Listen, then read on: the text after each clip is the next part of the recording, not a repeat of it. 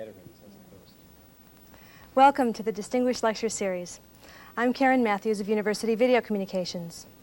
Our program is designed to enrich graduate and upper division curricula with academic presentations by top computer scientists from industry. Its speakers and talks were nominated by computer science faculty of more than 50 universities. This presentation is sponsored by the Hewlett-Packard Company. Dr. Ira Goldstein, a major contributor to the development of artificial intelligence, computer science, and natural language processing, received his PhD in applied mathematics from the Massachusetts Institute of Technology in 1973. He taught at both MIT and Stanford, and in 1981, he joined Hewlett-Packard, where he is presently R&D Manager, Technical Systems Sector. His talk today is Natural Language Access to Databases. It's our pleasure to introduce Dr. Ira Goldstein. Ira?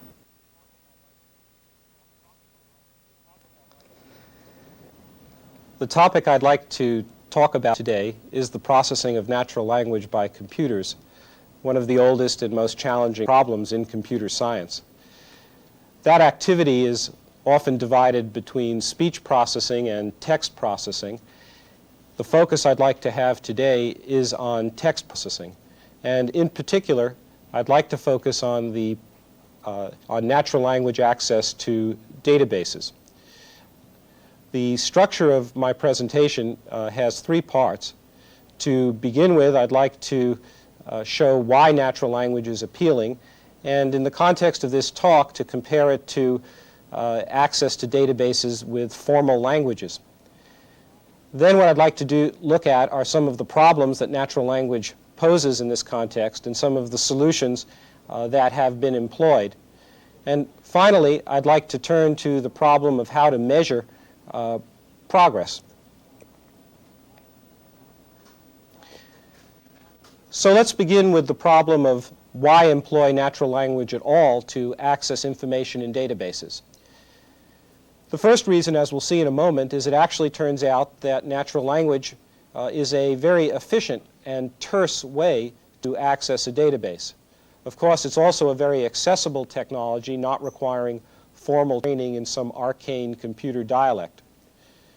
Third, natural language masks the internal and idiosyncratic structure of the database.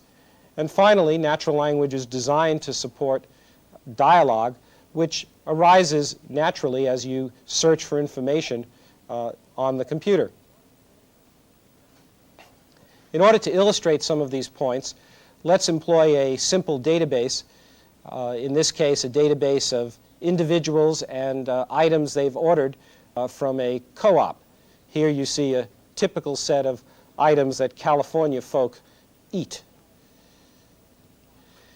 Now, if we look at this slide, what we see is an English query, very simple six-word query: who are more granola than Robin? A burning question on the Stanford campus. Let's compare it to an SQL query. SQL is a formal language for accessing information in a relational database. It's an emerging standard in the field. And what you can see here is that the six-word query becomes a six-line SQL query, and not a query that one would ordinarily be able to articulate without some training. One can do a little better, but still remain formal. Here we have an example of query by example. You'll observe that the constants, Robin and granola, are simply typed into the table. Variables are entered by the user, in this case the variable y, and the operator to print the p period in the name column.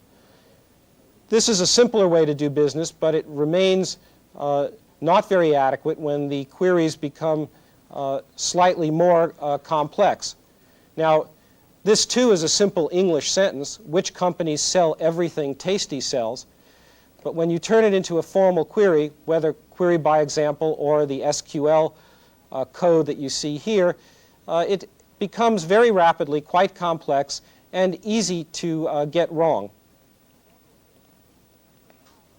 It's also the case that natural language naturally supports dialogue. Here we have a question: which of the department managers submitted requisitions? We get back the appropriate table, And now a very natural thing to want to continue to do is to ask a question about that information. Here were any of them for secretaries. Natural language with its pronominal reference and other devices is well designed for dialogue. Formal query languages much less so.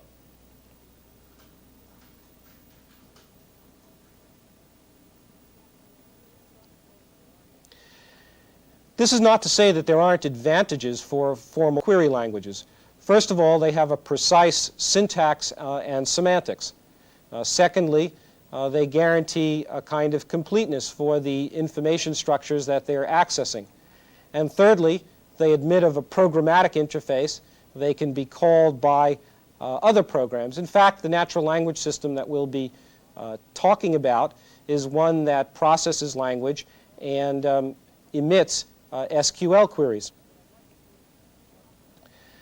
What I'd like to, on the other hand, there are disadvantages to formal queries. Formal queries, as we've seen, can become long and complex. Secondly, they require expertise on the part of the user, or more exactly, they require a database engineer between the real user and the computer. Thirdly, they require that that database engineer really understand the model employed to store the data in the computer. And finally, they're not nearly as cooperative as is natural language.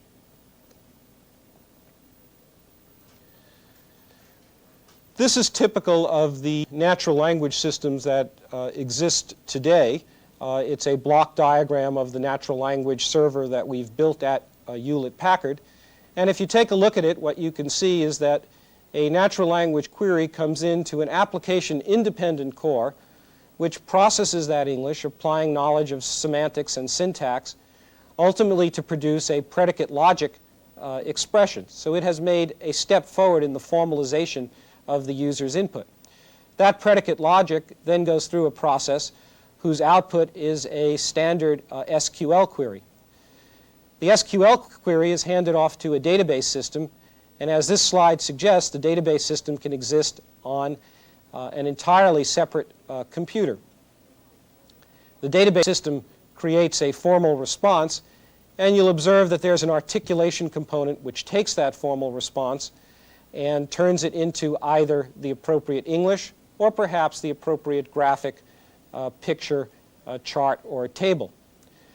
What I'd like to do now is to just give you a very brief indication of the system actually performing on the computer before we go into an analysis of the issues that natural language processing poses.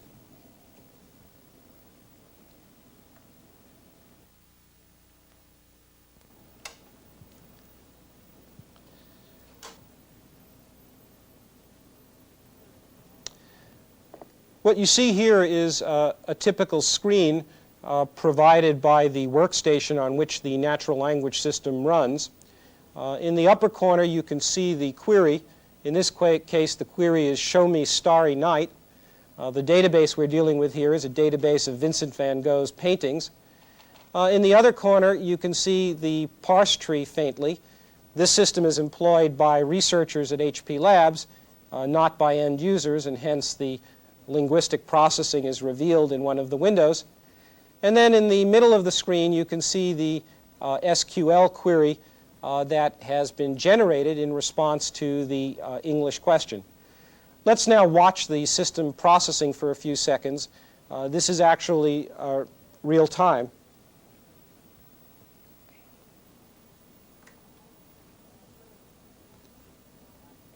Here what you can see is the actual reply to the first question on the monitor in the upper corner. The system actually accesses a database, which in turn accesses a video disk, and Starry Night has been displayed. The next question is, in what period was it painted? You see pronominal reference for it, the parse, the SQL query, and now the answer coming back, Starry Night was painted in the Saint-Remy period. If only I could speak French. So that was just a brief presentation of the system to give you an indication that, at least in terms of the rate that it takes to process sentences, things are occurring in a real-time fashion.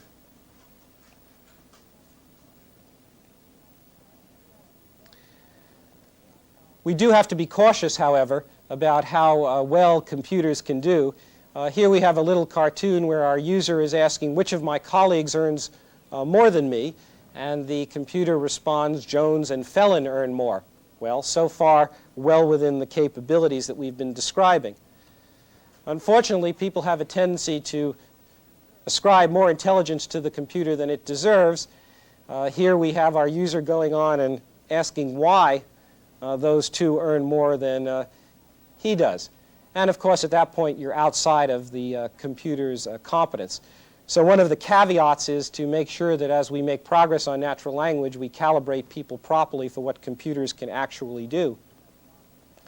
Of course, I suppose we do have the option of using an ELIZA-like technology and having the computer respond, well, does that bother you, obscuring the fact that it really doesn't know what's going on.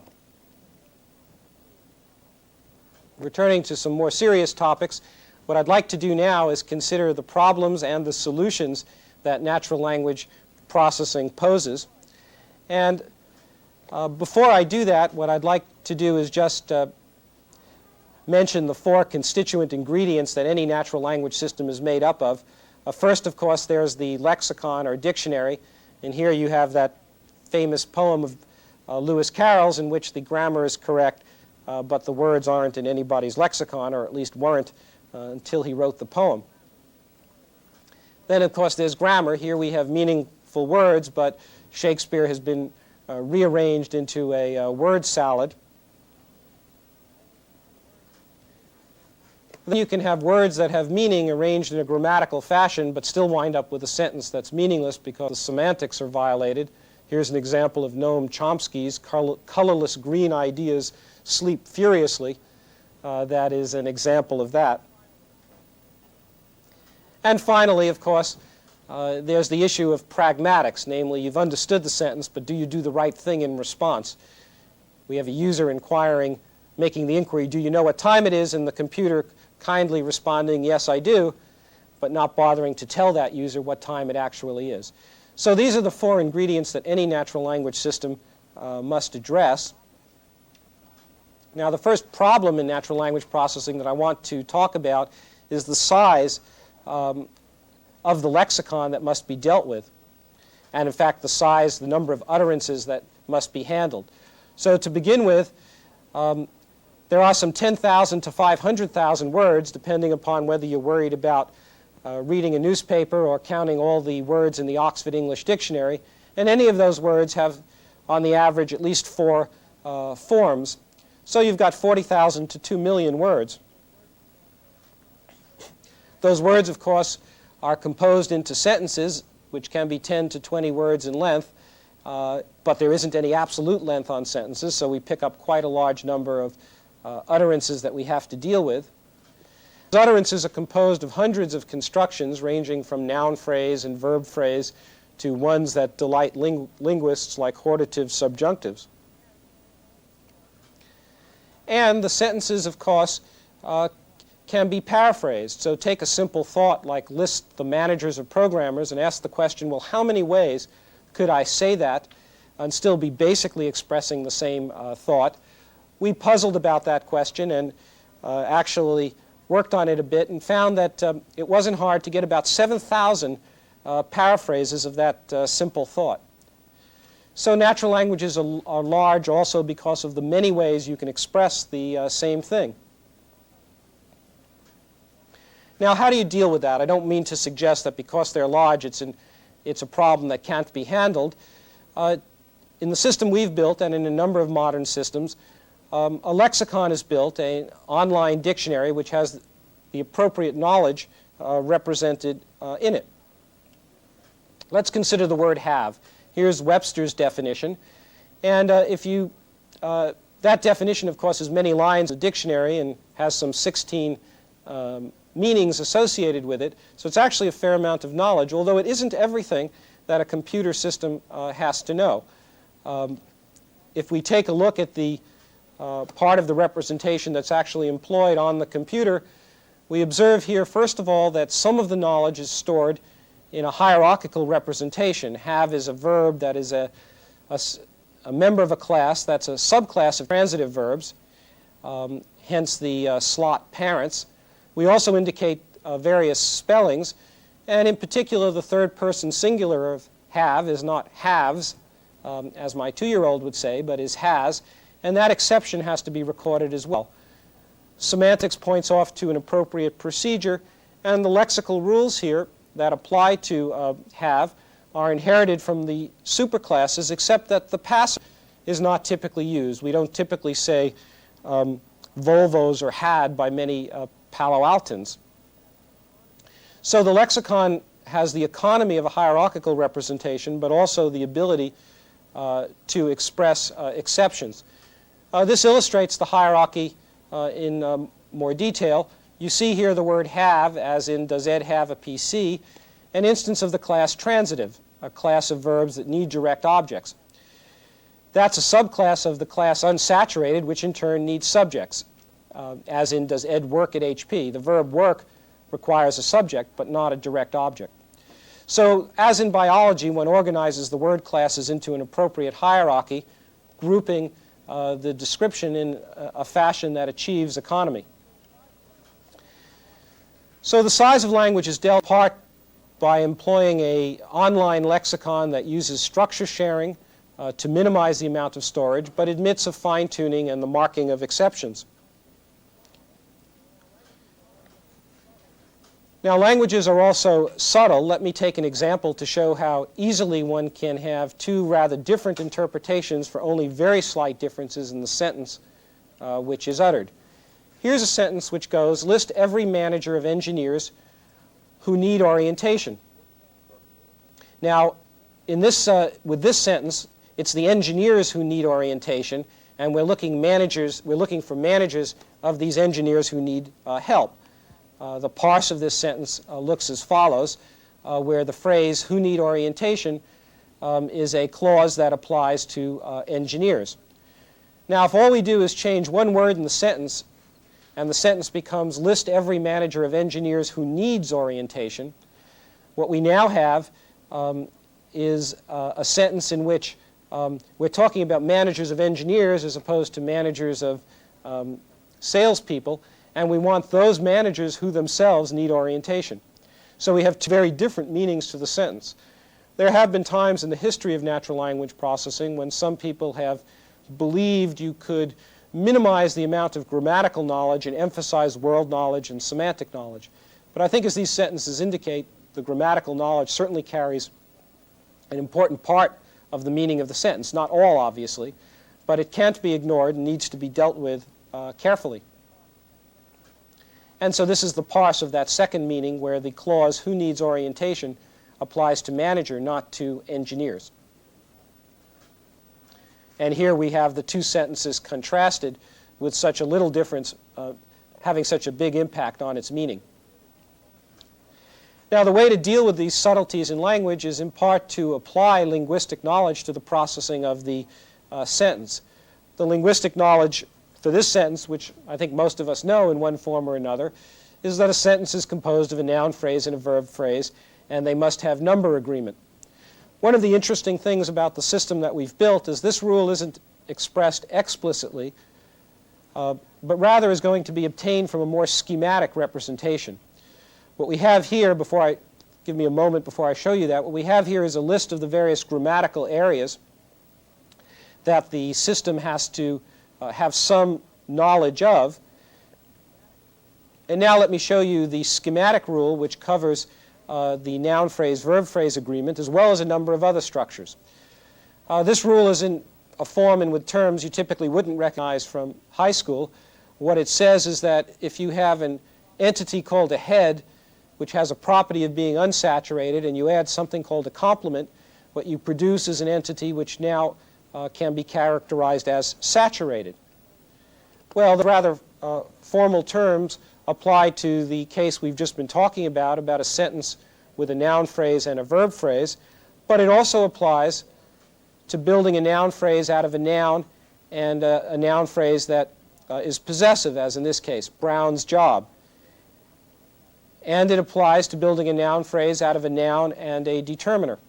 So in the line of work that we've been pursuing, we've represented a good deal of grammatical knowledge in a very schematic fashion. And surprisingly enough, we get a very broad coverage of English with only about 20 schematic rules. Of course, they expand into many particular rules as influenced by the lexicon, but the grammarian, the linguist, really only has 20 or so abstractions that he or she has to work with. And finally, I'd like to turn to the problem that natural languages are extendable. They're constantly growing. An example drawn from our computer world is reflected in these 4 sentences. It is not atypical to find nouns and verbs and adjectives and compound nouns all coming from computer jargon and flowing into common usage, at least in this particular community. And the issue here isn't whether they belong in the dictionary. The issue is that they have to be processed successfully if the natural language system is going to be useful to a particular user.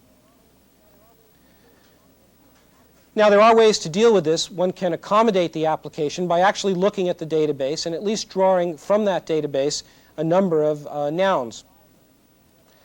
Here's a block diagram of what I'm suggesting. We have an application which may have terms in it like fuel line and filter. Let's imagine that's not already in our lexicon. What we can do is run a vocabulary extraction process that identifies some of these terms as nouns that may well appear in the user's utterances. Now, this obviously doesn't capture all the knowledge associated with filter and fuel lines, but it is helpful in the more constrained context of the user asking questions of a database which he knows to be about a certain set of concepts. So we have at least these 3 problems and these 3 ways of dealing with them that allow us to make a good deal of progress in processing language. But I'd be remiss if I didn't mention at least one 4th difficulty that natural language poses, and that is the ambiguity that is present there. First, there's the ambiguity in the lexicon. Words have many meanings. Here I've chosen the example manage. Which project does Jones manage? Did Jones manage to arrive on time? But as you know, a very large percentage of words have multiple meanings. If that wasn't enough, we also have to deal with the fact that structure can be ambiguous. Old orders and invoices might mean old orders and any kind of invoice, or it might be old orders and old invoices. Languages, of course, have ambiguity with respect to reference. When one says, who does he work for, one has to know more about the context in which that sentence is uttered to know the referent for he. There are ways to deal with ambiguity. There's context, there's inference, there's knowing the purpose of the speaker, and there's having common sense and world knowledge. And all systems today do some of this in order to resolve pronoun reference. But this is really an open-ended area because taken in its entirety, the system is approximating human knowledge and human intelligence to really a large degree. It's for that reason that while we can make progress in applying natural language to particular situations, such as natural language applied to databases, we need to be pretty conservative about how long it will take to have a truly robust system that could satisfy the Turing test on an arbitrary topic of discourse. I'd now like to turn to my last point, which is how to measure progress in natural language processing. Obviously an important thing to do for a problem area as complex as this one. And I'd like to discuss 2 points. What are the dimensions that you measure, and then how do you go about measuring them? There are many dimensions with respect to measuring natural language systems. These are 5. How complete the system is, how confident we can be about one of its replies, how adaptable it is to new knowledge bases, how convenient is the reply, is it in the right form that we're looking for, and can the system be generalized to, for example, other languages. In the course of this lecture, I'd really only like to take a look at the first 2, completeness and confidence, although all 5 are important. With respect to completeness, there's the issue of the range of grammatical constructions, the size of the vocabulary. There's taking a look at completeness relative not to theoretically how many utterances there might be, but specifically what kinds of utterances are typically spoken or typed by users. And finally, there's completeness with respect to inference. Can the system deduce some of the obvious consequences of the facts that it knows? I think if you look at systems today, both in universities and in industry, what you'll find is that the systems are pretty complete with respect to the morphology of English, or the language that they work with. They're getting very good with syntax. Semantics and pragmatics, however, require more work, and I'm not sure there's any system that we can be entirely satisfied with. Notice I've indicated two levels of satisfaction. One extreme is human competence, and some more modest is product sufficiency.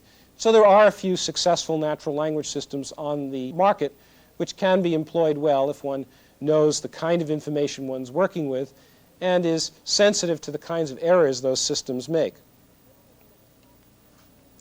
Let's take a look at confidence. Confidence relates to both false positives and false negatives. A false positive and false negative would have to do with the system telling you something, asserting it's true and it isn't, or not telling you something that really is part of the answer to your question. Confidence can also arise from the system paraphrasing what you've said, so you have some idea whether it understood you even before you look at its answer. And there's the confidence that comes from the system making a mistake but being able to explain itself in a way that's helpful to you. There are some challenges here because there are systems that believe that simply spilling data at the user is an acceptable way to deal with false positives and false negatives. Let's look at an example. Suppose you say, list the equipment consultants have, and get back a table of the sort you have here, 2 consultants consulting for different areas with their respective equipment. So far, a simple sentence with a successful answer from a particular system we were actually looking at. On the other hand, if you just say list the equipment consultants, you get back exactly the same answer. Obviously, the system is doing a bit too much in the way of keyword analysis and a bit too little in the way of grammatical analysis. And here you've got a false positive, as Pollard is not an equipment consultant. Now, if you get back only 2 consultants, it's easy perhaps for you to take a look at it and figure out where the difficulty is. But if you're getting back a lot of data, or if the system is actually acting on the data, building a summary, or even worse, controlling some device, then false positives become completely unacceptable. Here's another example illustrating that as well. Is anyone a consultant and a manager? In the database, there might be no one who's a consultant and a manager at the same time, and yet there are systems who will simply give back to you all of the consultants in the fashion that you see here. Well, as you can see, natural language systems can misbehave with false positives and false negatives and no doubt even expletives deleted. Hence, it becomes very important for us to measure the performance of the system. Now, to do that, we'll need something to quantify, some set of test cases. The problem and the challenge with natural language is that it's hard to get that focused set of test cases. It's difficult to define a Michelson-Morley experiment, if you like. What we've tried to do to make some progress on this thorny question is to create a large test suite of sentences on a precisely defined database that has enough vocabulary for the test suite to be interesting, but not so much vocabulary that we can't make any progress on it at all. And so what we've done is we have built a database at Hewlett-Packard, a database now of sentences and of words and of construction types. And today it has about 200 construction types, about 500 words, and at the moment there are about 1,000 sentences, and we feel we need to go to about 10,000 in order to be able to measure a reasonable range of linguistic phenomena. Now, the linguistic phenomena all map into a relatively simple database. There's about 200 facts stored there, grouped together into about 20 frame-like structures, and that information, while not very large, does cover knowledge about quantification, predication, time, and location. So the database itself is really a kind that you would typically see in almost any database application, a database of employees with their jobs and their bosses and their ages and such. And what we do is we take our set of test sentences, now about 1,000, and run them against the database in an automated fashion computing the number of parses for each sentence, looking at the answer extracted from the database based on the sentence, and seeing whether we've gotten both all of the legitimate parses and for each parse the accurate answer from the database. This has been important both to measure the current state of our system as well as to see whether a change in a large and complex system like a natural language system actually results in the system overall improving in performance. This is a sample of the evaluation that we would obtain by running the current test suite of sentences. What it shows is that at least on the sentences we have put into the database, we're doing pretty well on relative clauses and questions and coordination. We're not doing so well on comparatives, and that, as a result, has become an area of focus for us. The system now has become large enough that the test suite is crucial because no single individual knows all of the modules that make up the system.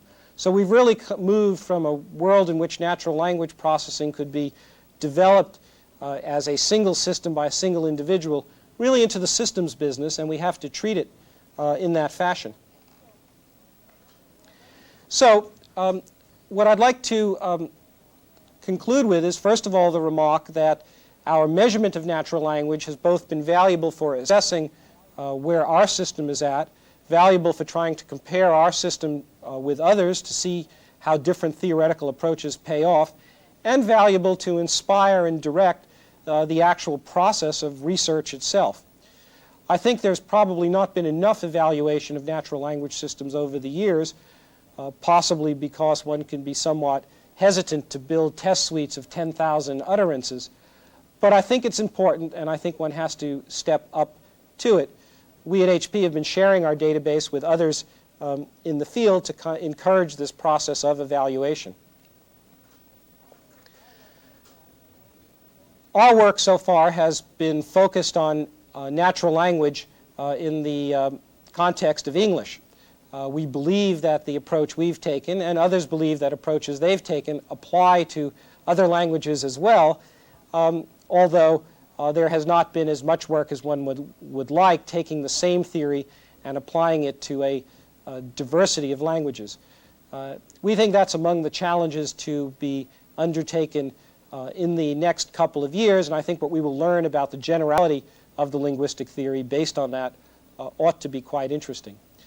In conclusion, what I'd like to say is that natural language processing is challenging. In restricted contexts, it seems to be ready to provide a practical industrial solution, but for the general context, it really touches upon a very wide range of linguistic and cognitive phenomena. Using language is very close to what it is that makes us human, and we can't expect it to be a very simple thing to codify for the machine. Thus, it's my expectation that we will see progress step by step over the next decade, progress in both text and speech processing, but I don't expect that we will see an ultimate solution, a Turing equivalent natural language system, anytime soon. Thank you.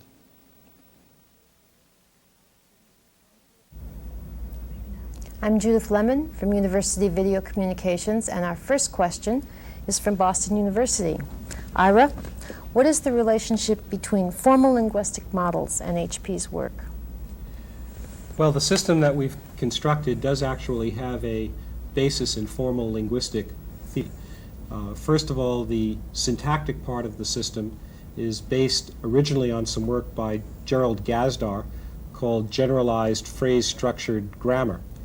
That was followed by an evolution done by Ivan Zog and Carl Pollard, and is in Pollard's thesis.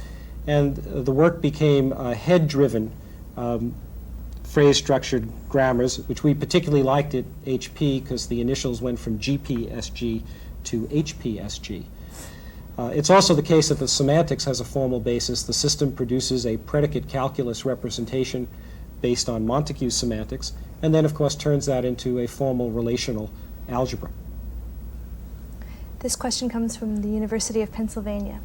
What is the future of speech input and output? Well, I believe there's going to be a lot of progress in speech input over the next 10 years. I think computers have become powerful enough to do the signal processing at the initial part of the speech problem, and powerful enough to do the semantic reasoning later on. I expect that we ought to see some really tremendous work out of Japan, where the speech processing is linked to their text editing problem, because there are so many characters in kanji. There's a lot of work there, and I'd expect to see results in the next couple of years. The next question is a combination from questions raised by Stanford, UCLA, and the University of Pennsylvania. How much must we now and in the future depend on users knowing the structure of the database? Well, I think it's fair to say that there is certainly going to be some dependency. I think natural language is becoming practical today, where a user is interacting with a database whose content he knows a good deal about. Not the specific facts, but the kinds of information stored in the database. And I think it's going to be a long time before you can come up to a computer, ask a question on an arbitrary subject, and have it identify which database that information is in. I think that problem just opens up into a very broad cognitive problem. Question number 4 comes from the University of Pennsylvania and the University of California, Los Angeles. To what degree can natural language processing be extended to real discourse? Well, I think that's a very good question, because as soon as one sits down at a computer and types a sentence which is successfully understood, the next thing one does is type a sentence fragment which refers back to the previous one. We saw that in the talk where we had the example of which of the department managers submitted requisitions, followed by the question, were any of them for secretaries? I think that discourse is not as well developed in terms of its formal theory as is grammar and semantics, so there's more to be done there. There has been some work on discourse in the form of a theory called centering theory, and that is helpful, but there's more that needs to be done. As one opens up to discourse, one also opens up to the possibility of the system misunderstanding as well. For example, in the example I gave, where the discourse went on to say, were any of them for secretaries, there could be contexts in which that wasn't referring to the requisitions being for secretaries, but for whether the managers were for secretaries. For instance, if the context was a debate in the company between whether managers should have administrative assistants or secretaries, asking whether any of them were for secretaries could mean something quite different. So we have to understand that we are making progress on discourse, but the more we ask of the systems, the more opportunities there are for the system to misunderstand. I might just conclude with noting that one thing you can do there is use paraphrase, so that when the system attempts to understand a pronominal reference in the discourse, you can see whether it's understood it correctly by looking at the paraphrase it generates. Thank you. And our last question, can you comment on how to make progress on difficult topics such as natural language processing, especially in industry? Well, I know there have been questions in other lectures in the series about research in industry, how it differs from academia, and how you pursue problems like this one that lasts really many years until you get a practical result. So I shan't go into the fact that in industry, research is definitely a team sport, and that's part of the advantages of working in industry on problems that take a long time, that you do it cooperatively, and you are past your thesis work, thank God. The element I would like to comment on is the need for a very careful evaluation theory to go along with any long-term research project. Otherwise, firstly, one doesn't have a very good way of convincing the people funding the work that one is making progress. When it's a multi-year effort, one really does need some way to address that. And secondly, as one builds large and complex systems with tens of thousands or hundreds of thousands of lines of code, theoretical progress on some particular issue may or may not result in the system behaving better or behaving with adequate performance. And consequently, I think one of the things we've learned over the years is that having a measurement suite that goes along with the building of the system is just absolutely crucial for success. Thank you very much. You're welcome. Thank you entirely for your presentation. Thank you. And thank you for joining us today. We invite your comments and questions on this presentation, and we hope you will make nominations for future speakers and topics. If you are viewing this lecture on tape, there's a feedback postcard tucked under the label of your video cassette case. And if you're not viewing it on tape, our address is at the end of the credits. Thank you again.